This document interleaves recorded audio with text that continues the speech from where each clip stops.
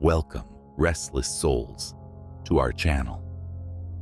Today, we will venture into one of Christianity's darkest and most disturbing mysteries.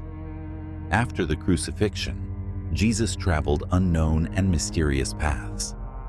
Get ready to explore the depths of this enigma and discover what really happened in the days after his death. The Bible is a book full of secrets and mysteries. One of the darkest is the fate of Jesus after his death on the cross. Many believe that he descended into hell. Let's delve into this enigma and discover what the scriptures reveal. To understand better, we need to examine some passages. Let's start with 1 Peter 3:18, 20. For Christ also suffered once for sins, the righteous for the unrighteous, that he might bring us to God. He was put to death in the flesh, but made alive in the Spirit, in which he also was, and preached to the spirits in prison, who in time past they were disobedient, when the long suffering of God waited in the days of Noah, while the ark was being prepared.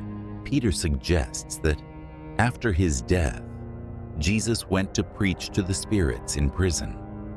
But what is this prison? Some theologians claim that it is a reference to Hades, the dark realm of the dead. Let's delve deeper into the meaning of this verse. The expression spirits in prison is interpreted in several ways.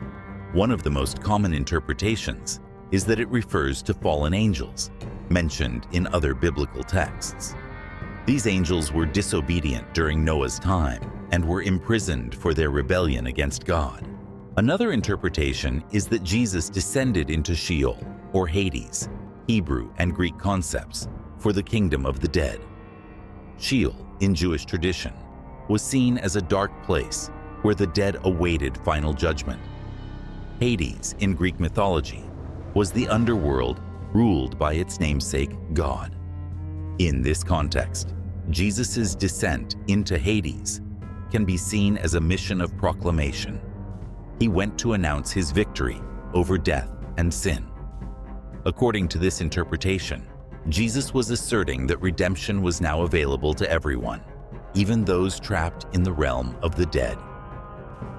To dive deeper, we invited some scholars to share their interpretations. Theologian John. The interpretation that spirits in prison refers to fallen angels reminds us of the passages in Genesis 6, 1, 4, and Jude 1, 6, which speak of angels who did not keep their original state and were imprisoned for their rebellion. Jesus, by descending into Hades, would be proclaiming his victory over these forces of evil, fulfilling what is said in Colossians 2:15. And having dispossessed the principalities and powers, he exposed them publicly and triumphed over them in himself. Theologian Mary. Another perspective is that this descent into Sheol was an act of proclamation for the righteous who died before Christ. In Ephesians 4, 8, 10, we read that when he ascended on high, he led captivity captive and gave gifts to men. Now this, he ascended, what is it? But that he also descended into the lower parts of the earth. Jesus brought the good news of redemption to these souls, fulfilling the promise of salvation.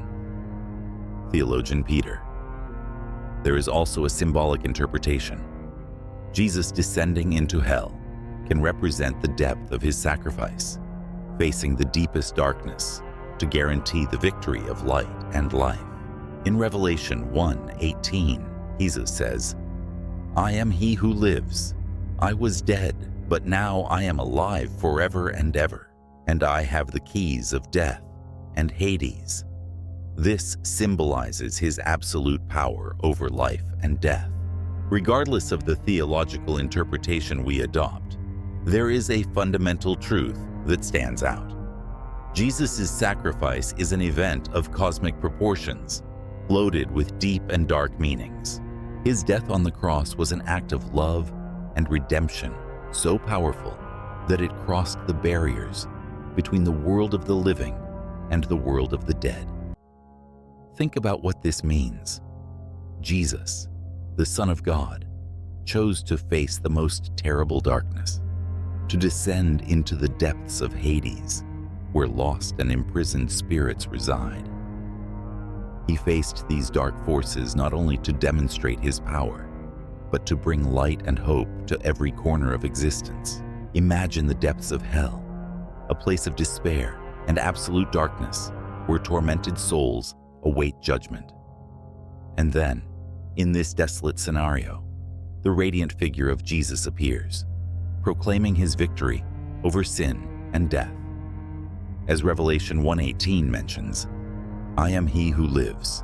I was dead, but now I am alive forever and ever. And I have the keys of death and Hades." With these words, Jesus asserts his absolute dominion over life and death, bringing a message of hope even to those who seemed beyond the reach of salvation.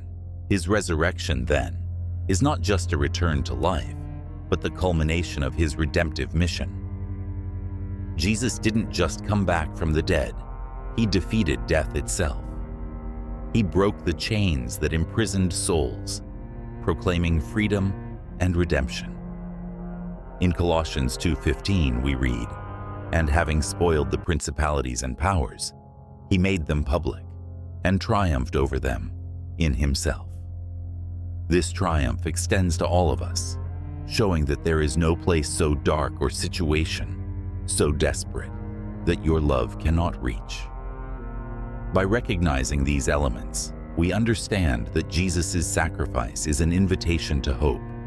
His journey to hell and his resurrection symbolize that light can penetrate even the deepest darkness.